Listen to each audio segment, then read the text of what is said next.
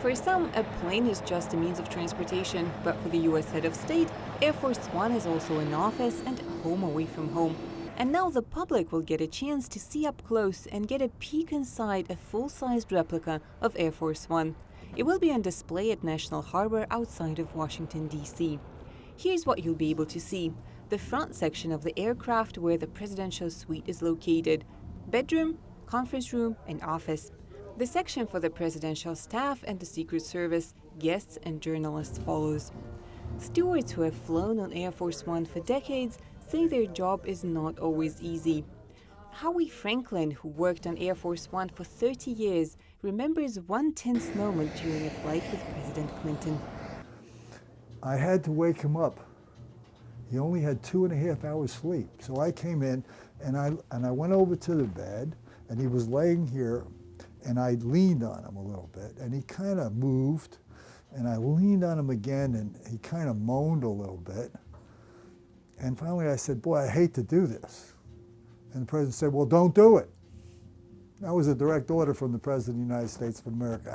Stewards have loads of stories like that and fascinating anecdotes about U.S. presidents. President George Bush, who was president between 1989 and 1993, disliked one vegetable, and the stewards took note.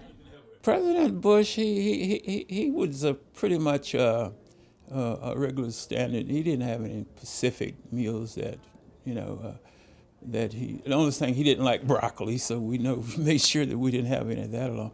Becky Schultz became the first woman in the Air Force One cabin crew, and President Ronald Reagan, who was president between 1981 and 1989, made Becky feel right at home on Air Force One.